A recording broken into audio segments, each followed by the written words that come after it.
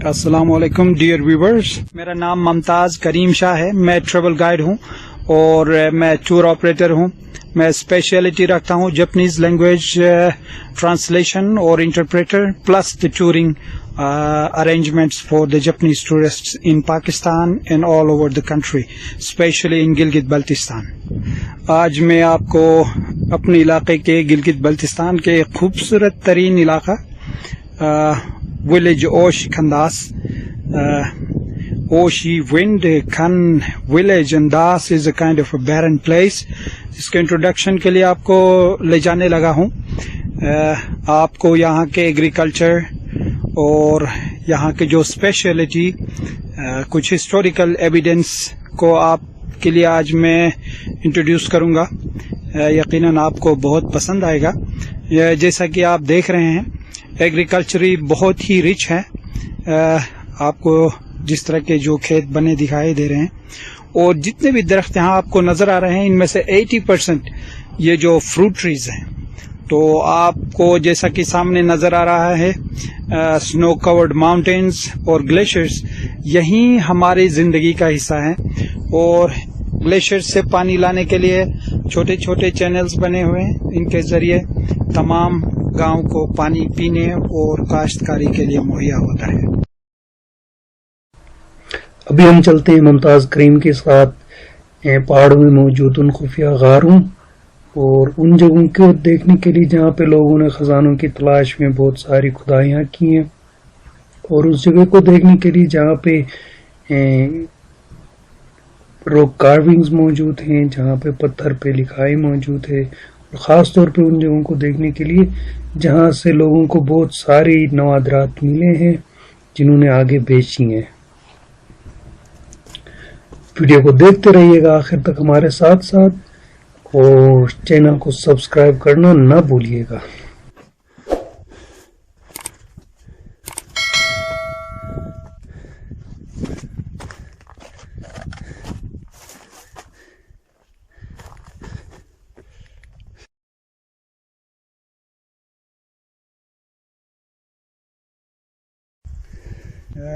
आज हम आपको एक कदीम रॉक कार्विंग्स को इंट्रोड्यूस करने जा रहे हैं। तो पाकिस्तान के पार्टीशन, इंडियन सब कॉन्टिनेंट के पार्टीशन 1947 से पहले देखा जाए तो गिलगित बल्तिस्तान तकरीबन 8 इंडिपेंडेंट स्टेट्स में बटा हुआ था। तो यकीनन जो लोकल रूलर्स थे वो इधर आपस में उनके वार्स होते थे या फिर इन्वेजन्स होती थी। तो उस दौर में कई लोगों ने अजीब जगहों में अपना शेल्टर लिया है। तो एग्जैक्टली जिधर हम अभी पहुंचे हैं, ये एक वेल सिक्योर्ड एक बड़े चट्टान के नीचे एक बंदे का शेल्टर था। यकीनन वो कोई आम बंदा नहीं था, वो कोई आर्मी का जर्नल था जिसने बहुत अरसे तक यहाँ पे शेल्टर लिया। और उस दौरान उसने जंगें जो लड़ी हैं, इधर वो लोकल रूलर्स के साथ या उधर दूसरे लोगों के साथ, तो उसने उस वार के टेक्टिक्स को या जिस तरह उसने इधर सरवाइव किया। तो कदीम दौर में यहाँ पे वाइल्ड लाइफ की भी बहुत फ्रीक्वेंटली अवेलेबल थे, जैसे आइबेक्स जो है, हिरन हो गया, और दूसरे हिमालयन आइबेक्सिस के जो तादाद थी वो बहुत ज़्यादा थी। तो उसने इस चट्टान पे इधर डिस्क्रिप्शन दी है उन टूल्स का, उन औजार का जिसने उसने जंगों के दौरान इस्तेमाल किया, या फिर उन जानवरों के निशान बनाए हैं जिसका उसने शिकार करके अपने लिए खुराक का बंदोबस्त किया। तो जैसे आपके सामने जो चट्टान है, इस पे कई किस्म के आपको निशान मिलेंगे। सबसे ज़्यादा एक कुल्हाड़ी का निशान दिखता है, और कुछ ऐसे औजार हैं जो शिकार के लिए इस्तेमाल होते थे। मेनली इसमें या तो आइबेक्स के निशान हैं या फिर जंगी औजार के निशान हैं। तो ये प्योरली एक आर्मी जर्नल के बनाए हुए निशान हैं। तो ये इधर जो रॉक कार्विंग्स हैं, इनका तकरीबन एज 8 to 9 सेंचुरी एडी और इवन लेटर। और बहुत सारी जंगें गिलगित बल्तिस्तान में जो लड़ी गई हैं वो गोहरामान का दौर है।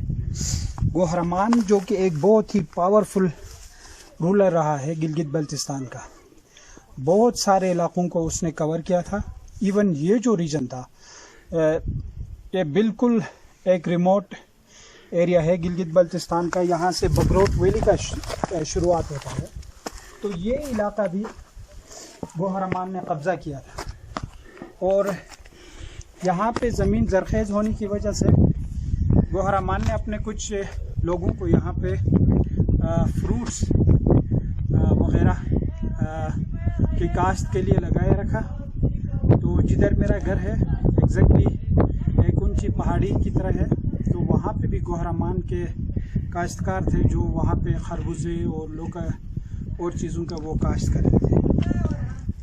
तो इस चट्टान की जो खूबी है वो ये है कि आप ज़्यादातर एक जंगली जानवर का निशान आपको दिखेगा। आप देख लें, ये जानवर है, ये मारखोर नहीं है, ये भी मारखोर नहीं है, लेकिन ये जो बना है ये मारखोर बना है, ये जो मारखोर बना है। लेकिन इस पे देखा जाए तो एक बंदा सवार है जानवर के ऊपर, शायद उसके हिसाब से लगता तो जिराफ की तरह है, लेकिन ये घोड़े का निशान है। बंदा उसके ऊपर सवार है और उसके हाथ में टूल है। तो ये एक्चुअली हंटिंग का एक सीन है जिसमें एक रस्सी का इस्तेमाल होता था फंदे की तरह बना के, घोड़े पे वो फंदा हाथ में लेके घोड़े वो आइबेक्स के पीछे भागते थे और उसको ज़ोर से फेंकते थे आइबेक्स के करीब पहुंच के, ताकि उसके सींग में चला जाए और उसको खींच के ज़िंदा पकड़ा जाए और अपने खुराक का बंदोबस्त। तो ज़्यादातर ये शिकार के निशान है। और इधर अगर देखा जाए तो एक बंदा, एक तो उसने अपने हाथ में एक कुल्हाड़ी लिया हुआ, ये एक ऐसा, ये वो कुल्हाड़ी नहीं है जिससे लकड़ ही काटी जाए, ये वो कुल्हाड़ी है जिसको जंगों में इस्तेमाल किया गया। तो ये तकरीबन ब्रिटिश या रशियंस के अराइवल से पहले जो लोकल जंगी औजार थे वो या तो तलवार था या फिर मुख्तलिफ डिज़ाइंस के वो कुल्हाड़ियाँ बनी हुई थी जिसमें एक लंबा दस्ता होता था और एंड पे शार्प उसका वो कुल्हाड़ी होती थी। और दूसरे साइड पे इस बंदे ने जो हाथ में उठाया हुआ है ये यूँ समझ लें जैसा कि वो अपने डिफेंड करता था। Yes, this is kind of बो विद विच ही वो अपना आप को डिफेंड करता था। और इधर भी देखा जाए तो एक बंदा घोड़े के ऊपर सवार है और उसके हाथ में एक तो त्रिशूल टाइप की डिज़ाइन की एक चीज़ उसके हाथ में है और दूसरे हाथ में उसका एक राउंड सा शेप बना हुआ है। ये ज़्यादातर एक ऐसा औजार था जो जदीद दौर के जो निंजा थे, निंजा स्टार कहते हैं, एक औजार होता है जिसके शार्प एजेस होते हैं बिल्कुल स्टार की तरह, दरमियान से मोटा होता है और उसके एजेस जो है बिल्कुल शार्प। घोड़े पे भाग के जाकर जो ही वो जंगली जानवर के करीब पहुंचते थे इस स्टार से, तो या तो मारखो जख्मी होके उसकी स्पीड कम हो जाती थी जिससे उनके लिए शिकार करना आसानी होती थी। यहाँ पे भी आप देख सकते हैं बहुत सारे, एक नहीं भाई काफ़ी सारे बंदे अपने हाथों में कुल्हाड़ियाँ लेके घोड़ों पे सवार होके जा रहे हैं। तो स्पेसिफिकली इस चट्टान की जो रॉक कार्विंग्स है ये दो चीज़ों की तरफ इशारा करता है, एक तो जंगी औजार और दूसरे शिकार। जो जानवरों का शिकार किया गया वो ज़्यादातर आइबेक्स था और उसके लिए जो चीज़ें उन्होंने टूल्स इस्तेमाल की उसमें या तो बो एंड एरो या फिर फंदा टाइप, फंदा नुमा वो रस्सी का इस्तेमाल करके वो आइबेक्स का शिकार करते थे। तो इस जगह से लोकल काफ़ी सारे लोगों ने एक्सकवेशंस करके उनको काफ़ी सारी चीज़ें भी मिली थी जो बदकिस्मती से उन्होंने लोगों को सेल किया और we don't have those things anymore. आम पॉपुलेटेड एरिया से दूर एक महफूज जगह जिधर किसी को आसानी से दिख ना सके, तो वो बंदा जिसने यहाँ पे अपने लिए शेल्टर बनाया उसने ये अपने लिए पक्का यकीन किया कि वो किसी के नज़र में नहीं आ सकते हैं। तो जैसे कि आप देख सकते हैं यहाँ पे एक दीवार सी बनी हुई है, कुछ पत्थर बचे हैं, बाकी सारे गिर चुके हैं। تو یہ جتنے بھی بڑے چٹان کا سپیس ہے یہ پوری طرح سے ایک کورڈ ایریا تھا، ایک مورچے کی طرح، بہت بڑا مورچہ جس کا اندر ایک نہیں بلکہ تقریباً 100-150 بندہ آرام سے اندر چھپ سکتا ہے۔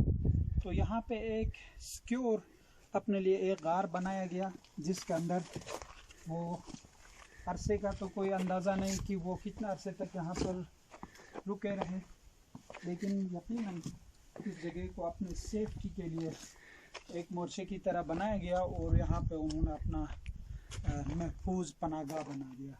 جیسے دوسری طرف بھی آپ دیکھ سکتے ہیں کہ چھوٹے سے ایک دیوار کا نشان، تو ان چند چٹانوں کے درمیان میں انہوں نے اپنے لیے ایک محفوظ پناہ گاہ بنائی تھی۔ اور یہاں پہ کچھ عرصہ پہلے پتھروں کے برتن، جنگی اوزار اور پانی کے ذخیرہ کرنے کے لیے بہت بڑے مٹکے بھی کچھ لوگوں کو ملے تھے۔ یقیناً جب ان پانی کے برتن کو دیکھا جائے تو اس کے لیے اس سے اندازہ کیا جا سکتا ہے کہ وہ ایک بندے کے لیے نہیں بلکہ وہ کم از کم 100 سے 150 بندوں کے لیے پانی کا ذخیرہ کیا جاتا تھا۔ اور اگر دیکھا جائے تو یہاں پہ ان چٹانوں کے نیچے بہت ساری کھدائی بھی ہوئی ہے۔ یہ لوکل لوگوں نے خزانوں کے تلاش یا ان فوجی لوگوں کے چھپائی ہوئی چیزوں کو ڈھونڈنے کے لیے بہت ساری کھدائیاں بھی کی گئی ہیں۔